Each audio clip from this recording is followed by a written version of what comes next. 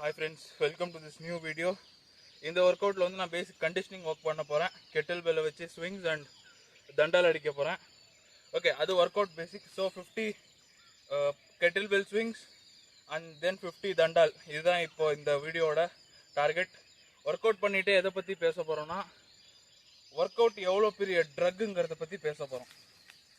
ட்ரக்குன்னு ஏன் சொல்கிறேன்னா, ஆல்ரெடி உங்களுக்கு வந்து தியரி எல்லாம் தெரிஞ்சிருக்கும். ஒர்க் அவுட் பண்ணி முடிச்சு அச்சீவ்மெண்ட் சென்சேஷனில் வர டோப்பமைன், அதுக்கப்புறம் நேச்சுரல் பெயின் கில்லர்ஸான என்டோர்ஃபின்ஸ், இதெல்லாம் வந்து நம்மளுக்கு ஒரு ஹாப்பியான சென்சேஷன் கொடுக்கும் அப்படிங்கிறது வந்து மோஸ்ட்லி தெரட்டிக்கலாக நமக்கு தெரியும். ஆனால் தெரட்டிக்கலாக வந்து ஃபுல்லும் சொல்கிறதுக்கு நான் தேவையில்லை. நான் வந்து என்னோட லைஃப் எக்ஸ்பீரியன்ஸஸில் இது என்னை எப்படி எஃபெக்ட் பண்ணியிருக்குன்னு சொல்லி உங்கள்கிட்ட ஷேர் பண்ண வந்திருக்கேன். ஸோ செட் ஆரம்பிப்போம். 10 Kettle bell swings, rest 10 Kettle bell swings, rest 50 target. அதிகமாக போச்சுன்னா கூட இட்ஸ் குட். ஓகே, செட் முடிச்சுட்டு டாபிக் குள்ளார போகலாம்.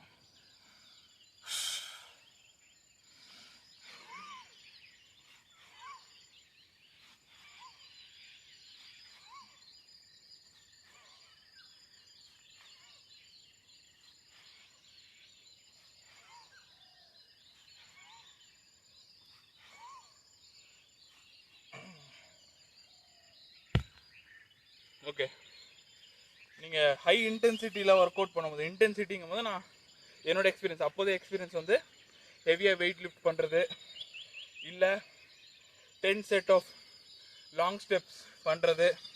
லாங் ஸ்டெப்ஸுங்கிறது வந்து அத்லீட்ஸுக்கு கரெக்டாக புரியும். ஸோ இந்த மாதிரி ஹை இன்டென்சிட்டி எக்ஸசைஸ் பண்ணும்போது உங்களுக்கு அது டே டு டேயில் வந்து உங்கள் மைண்டில் என்னென்ன சேஞ்சஸ் கொண்டு வரும்னு சொல்லி, ஃபஸ்ட்டு வந்து ஆங்ஸைட்டி வந்து நில்லாக்கிரும். ஆங்ஸைட்டி நில்லாக்கிரும்னு சொல்லும் போது எப்படி சொல்கிறேன்னா, சின்ன எக்ஸாம்பிளோட சொல்கிறேன். அதாவது 16-17 இயர்ஸில் ஆங்ஸைட்டி இன்டியூஸ் பண்ணக்கூடிய ஒரு விஷயம் வந்து எக்ஸாம்ஸ். நான் 10th லீவில் ஜிம் போக ஆரம்பித்தேன். ஒர்க் அவுட் ஆரம்பித்து 11th ஹாஃபில் இருக்குது, ஹாஃப் இயர்லிக்கு லீவ் விட்டுருக்காங்க. அப்போ நான் அம்மா கிட்ட ஃபஸ்ட்டு டைம் சொன்னது, அம்மா இது எக்ஸாமுக்கு லீவ் விட்ட மாதிரியே இல்லை, ஒரு மாதிரி ஹாலிடேஸ் கொடுத்த மாதிரி இருக்குது அப்படின்னு சொன்னேன் ஃபர்ஸ்ட் டைம். இதை எனக்கு அப்போ ஏன் சொன்னேன்னு புரியல, ஆனால் இப்போ புரியுது. ஸோ இந்த ரியலைசேஷன் எனக்கும் வந்து அப்பயே வரல, அது நடுவில் வந்துச்சு. எப்போ வந்துச்சுன்னு நான் சொல்கிறேன், செகண்ட் செட் பண்ணிட்டு சொல்கிறேன்.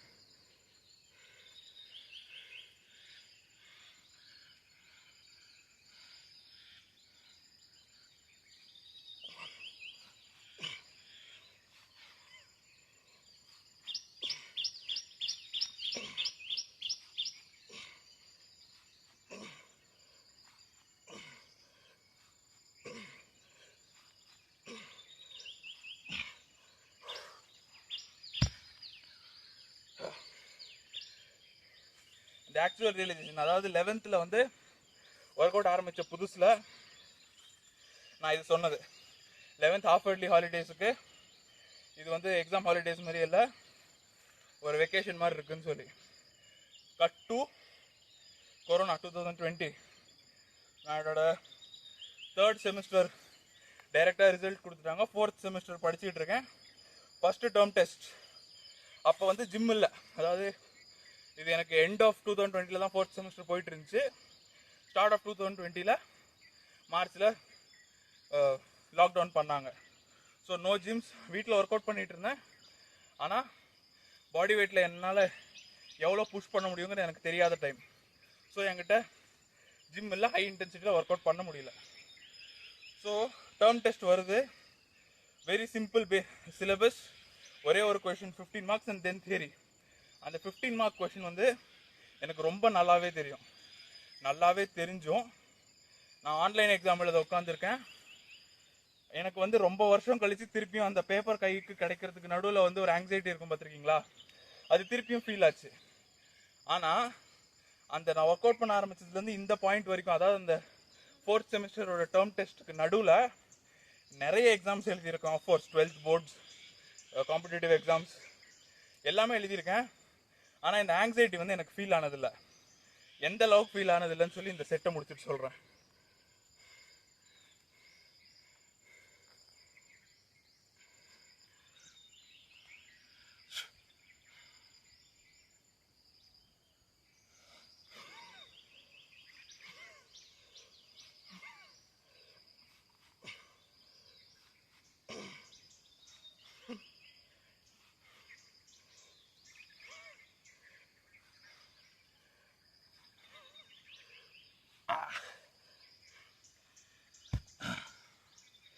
நான் மோஸ்ட்லி டீசெண்டாக படிக்கிற ஆள் தான். ஆனால் காலேஜில் போனோடனே ஒரு கொடுக்க முளைக்கும் இல்லையா, அவ்வளோ சீரியஸாக எடுக்க தேவையில்லை அப்படின்னு சொல்லி, அந்த மாதிரி டைம்ஸில் கூட நல்லா ஃபுல் சிலபஸும் படிச்சுட்டு வந்தவங்களே ஆங்ஸைட்டியில் இருக்கும்போது எனக்கு ஒன்றுமே ஃபீல் ஆகாது. ஜீரோ, பார்த்துக்கலாம் வரதை எழுதலான்னு சொல்லி அந்த அளவுக்கு இருந்தது. ஒர்க் அவுட் ஸ்டாப் பண்ண உடனே ஒரு எக்ஸாமில் எல்லாமே நமக்கு தெரியும், நியர்லி ஃபுல் மார்க்ஸ் கட்டம் பண்ணிடலாங்கிற ஒரு சுச்சுவேஷன்லேயே ஆங்ஸைட்டி ஃபீல் ஆகுது. டிஃப்ரென்ஸ் பார்க்குறீங்களா? ஃபஸ்ட்டு வந்து நீங்கள் ஹை இன்டென்சிட்டியில் பண்ணும்போது அது வந்து உங்கள் ஆங்ஸைட்டி வந்து அப்படியே த்ராஷ் டவுன் பண்ணிடும். இது வந்து ஒரு நல்ல விஷயம். இதோட ஆப்போசிட் சைடும் இருக்குது, சேம் விஷயத்தோட ஆப்போசிட் சைடு. செட்டை முடிச்சுட்டு சொல்கிறேன்.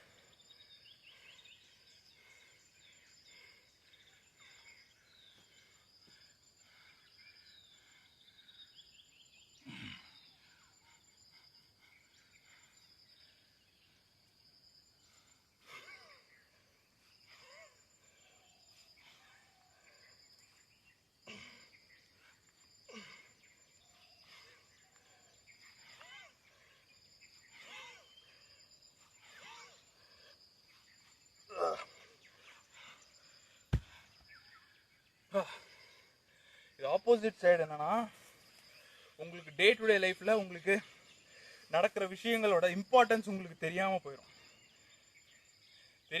எப்படி சொல்லணும்னா, ஒரு விஷயத்தை நீங்கள் ரியலாகவே சீரியஸாக எடுக்கணும், அதை ஃபேஸ் பண்ணணுங்கிற சுச்சுவேஷன் வரும்போது அதை தாண்டினா வந்து ஒரு நல்ல ஃபீலிங் கிடைக்குங்கிறது வந்து உண்மை. ஆனால் அதை விட ப்ரொஃபவுண்டான சென்சேஷன்ஸ், இந்த மாதிரி ஹை ப்ரீதிங், என்டோர்ஃபின்ஸ், டோபமைன் எல்லாம் நீங்கள் டெய்லி பேசிஸில் எக்ஸ்பீரியன்ஸ் பண்ணுறதுனால அந்த விஷயம் உங்களுக்கு பெருசாகவே தெரியாது. You might miss some things. ரொம்ப இம்பார்ட்டண்டான இன்டர்வியூ சீரியஸாக எடுக்காமல் போகலாம். இல்லை நான் வந்து மெயினாக ஸ்ப்ரிண்டிங் வந்து விட்டதுக்கு அது ஒரு காரணம். ஏன்னா ஸ்டார்ட் லைனில் இருக்கும் போது வயிற்றில் அந்த பட்டர்ஃப்ளைஸ் இருந்தால் தான் அது ஒரு ஃபன்னாகவே இருக்கும். எனக்கு வந்து திருப்பியும் நான் ஜிம் ஸ்டார்ட் பண்ணி 11th திருப்பியும் விளையாட போகும்போது அந்த மாதிரி ஒரு ஃபீலிங்கும் கிடையாது. 100 மீட்டர் ஸ்டார்ட்னா ஓகே, ஸ்டார்ட் இது வரைக்கும் நிறைய தடவை பண்ணியிருக்கோம், அந்த மாதிரி ஒரு ஃபீல் வந்துருச்சு. ஸோ இருக்கிற ஆங்ஸைட்டி குறைக்கிறது ஒரு விஷயம். ரொம்ப குறைச்சிருச்சுன்னா இம்பார்ட்டண்டான விஷயங்களை நம்ம ஸ்கிப் பண்ணுறது வந்து இன்னொரு விஷயம். ஒரே நிமிஷம் தண்ணி குடிச்சுக்கிறேன்.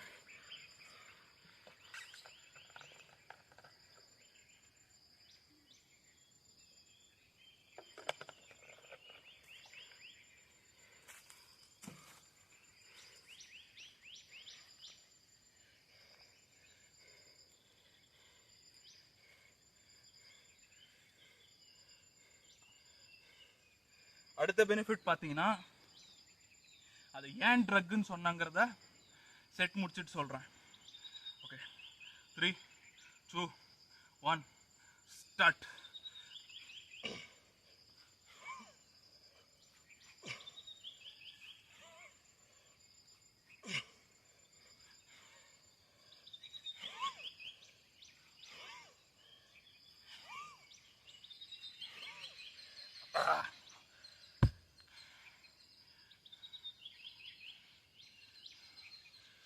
இப்போ குயிக்கான எக்ஸசைஸ் சேஞ்ச். அது 50 வந்து கெட்டில் பெல் ஸ்விங்ஸ் பண்ணிட்டேன்.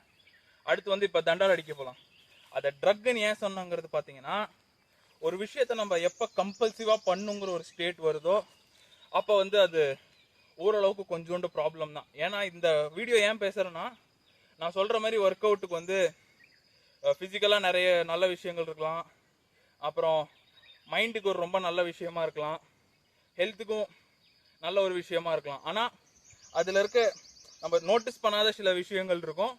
அதை நான் இவ்வளோ வருஷம் எக்ஸ்பீரியன்ஸில் வந்து உங்களுக்கு சும்மா மென்ஷன் பண்ணுறேன். அதுலேருந்து நீங்கள் நான் பண்ண தப்ப நீங்களும் பண்ணாதீங்கன்னு. ஸோ கம்பல்சிவ் இப்போ அது ஓவர் டைம், நான் எக்ஸாம் சுச்சுவேஷன் மட்டும் சொல்ல, ஒரு டெய்லிக்கே சொல்கிறேன். இப்போ நான் ஒர்க் அவுட் ஒரு நாளைக்கு ஒர்க் அவுட் பண்ணேன்னா அடுத்த 24 ஹவர்ஸுக்கு எனக்கு இருக்கிற மைண்ட் செட்டுக்கும், ஒருவேளை ஒரு 2 days இல்லை 3 days ஒர்க் அவுட் எல்லாம் பண்ணல, ஃபார் பிஸியாக இருக்கும், 3 days ஒர்க் அவுட் பண்ண முடியல, அப்போ மைண்ட் செட்டுக்கும் ரொம்ப டிஃப்ரென்ஸ் இருக்குது. என்ன டிஃப்ரென்ஸ் இருக்குங்கிறத வந்து நான் அந்த செட்டை முடிச்சுட்டு சொல்கிறேன்.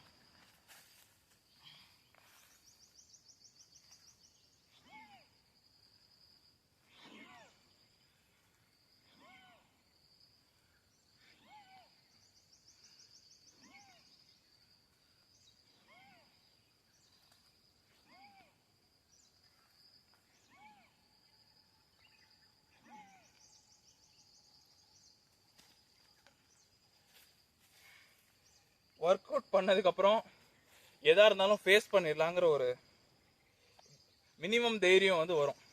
உங்கள் ரியல் லைஃப்பில் எந்த சுச்சுவேஷனுமே மாறாது. இதை நான் போன வீடியோவில் கூட சொல்லியிருந்தேன். இப்போ நைட்டு தூங்க போகும்போது கூட சொல்கிறேன், அந்த ஒரு பாசிட்டிவ் மைண்ட் செட் வந்து நீங்கள் ஒர்க் அவுட் பண்ணிட்டீங்கன்னா no matter what is the reality, அது வந்து நீங்கள் எக்ஸசைஸ் பண்ணுறதுனால உங்களோட பர்செப்ஷன் வந்து கண்டிப்பாக மாறும்.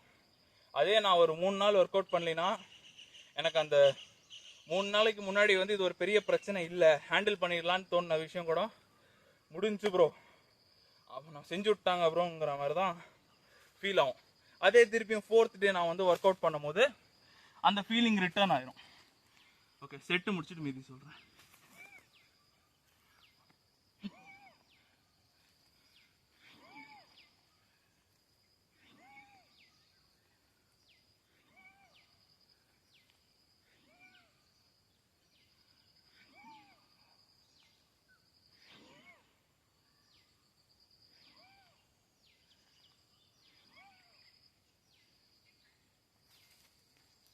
ஸோ இதுக்கும் நான் போன டாப்பிக்கில் சொன்ன மாதிரி ஒரு நல்ல சைடும் இருக்குது, ஒரு கெட்ட சைடும் இருக்குது. நல்ல விஷயம் என்னென்னா, உங்களுக்கு வந்து விஷயத்தை ஹேண்டில் பண்ணலாம், ரியாலிட்டியில் ஹேண்டில் பண்ணிடலாங்கிற ஒரு மைண்ட் செட் வர்றது ரொம்ப நல்ல விஷயம்.